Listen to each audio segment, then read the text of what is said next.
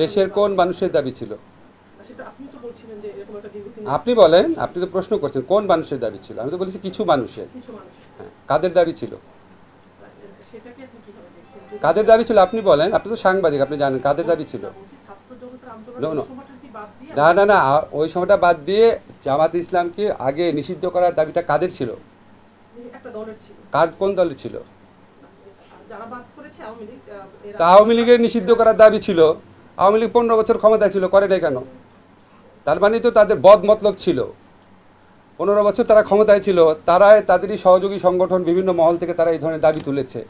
আবার আমরা অতীতে দেখেছি আওয়ামী লীগ জামাতকে সাথে নিয়ে 1986-এর ইলেকশনে গেছে, 1988-এ সংসদে একসাথে পদত্যাগ করেছে। একসাথে পদত্যাগ করার পর একসাথে প্রয়াত মতিউর রহমান নিজামী সাহেবের সাথে আওয়ামী লীগের সভানেত্রী সাংবাদিক সম্মেলন করেছেন।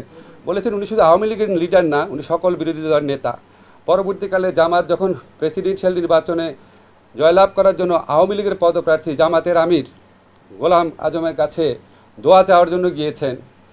1996-এর আন্দোলনে জামাতকে নিয়ে অংশ নিয়েছেন। আমরা সর্বশেষ নির্বাচনীয় পত্রপত্রিকায় রিপোর্ট পাচ্ছিলাম জামাতকে ইলেকশনে আনার একটা প্রক্রিয়া চলছে। তারপরে যখন আওয়ামী লীগের বিভিন্ন মহল থেকে এই ধরনের দাবি করা হতো এবং আওয়ামী লীগ যখন আবার এই দাবিটা পূরণ না করতো, আমার পার্সোনাল ওপিনিয়ন হচ্ছে এটা আওয়ামী লীগ জামাতকে চাপে রেখে তাদের কথা মতো চলতে বাধ্য করার একটা প্রক্রিয়া হিসেবে নিয়েছিল। আওয়ামী লীগের রাষ্ট্রীয় ক্ষমতায় দোর্দণ্ড প্রতাপে ছিল, কখনোই নিষিদ্ধ করে নাই। যখন ছাত্র জনতার বিপ্লবে যখন আওয়ামী লীগের প্রায় পরাজিত এবং পরাভূত হওয়ার মতো অবস্থা হয়েছে, তখন আপনার এই পুরা বিপ্লবটাকে, এই পুরা অভ্যুত্থানটাকে সন্ত্রাসী কর্মকাণ্ড আখ্যায়িত করে অবাধে দমন নিপীড়ন চালানোর একটা পর্যায়ে জামাতকে নিষিদ্ধ করেছে। সেটা তো কোনো নীতিগত অবস্থান হতে পারে না। আপনি দেখেছেন আমাদের অ্যাটর্নি জেনারেল অফিস থেকে যখন আওয়ামী লীগকে নিষিদ্ধ করার একটা দাবি উঠেছে হাইকোর্টে, সেই অফিস থেকে এটার প্রতিবাদ করা হয়েছে, এটার বিপক্ষে দাঁড়িয়েছে।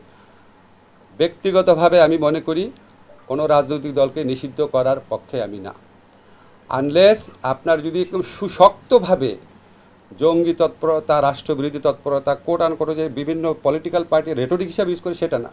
সত্যিকার অর্থে সেরকম থাকলে তাও প্রচণ্ড সততার সাথে তদন্ত করে দেখে হয়তো এটা করা যেতে পারে। জেনারেল রুল হিসাবে আমাদের সংবিধানে সংগঠন করার স্বাধীনতা আছে। আওয়ামী লীগ বাংলাদেশের স্বাধীনতা সংগ্রামে নেতৃত্ব প্রদানকারী দল, বিভিন্ন গণতান্ত্রিক সংগ্রামে এই দলটার অবদান ছিল। গত 15 বছর তারা যা করেছে সেটা তাদের ঐতিহ্যের সাথে যায় না, সেটা মুক্তিযুদ্ধের চেতনার সাথে যায় না। তারা বাংলাদেশের ইতিহাসে বর্বরতম এক ফ্যাসিবাদ কায়েম করেছিল। এই কর্মকাণ্ডের জন্য ব্যক্তিগত দায় থাকতে পারে, লিডারদের সামষ্টিক দায় থাকতে পারে, বা দল হিসাবে, ব্যক্তিগতভাবে আমি বলছি, দল হিসাবে আওয়ামী লীগ নিষিদ্ধ করা দল হিসাবে মনে হয় না সমীচীন হবে।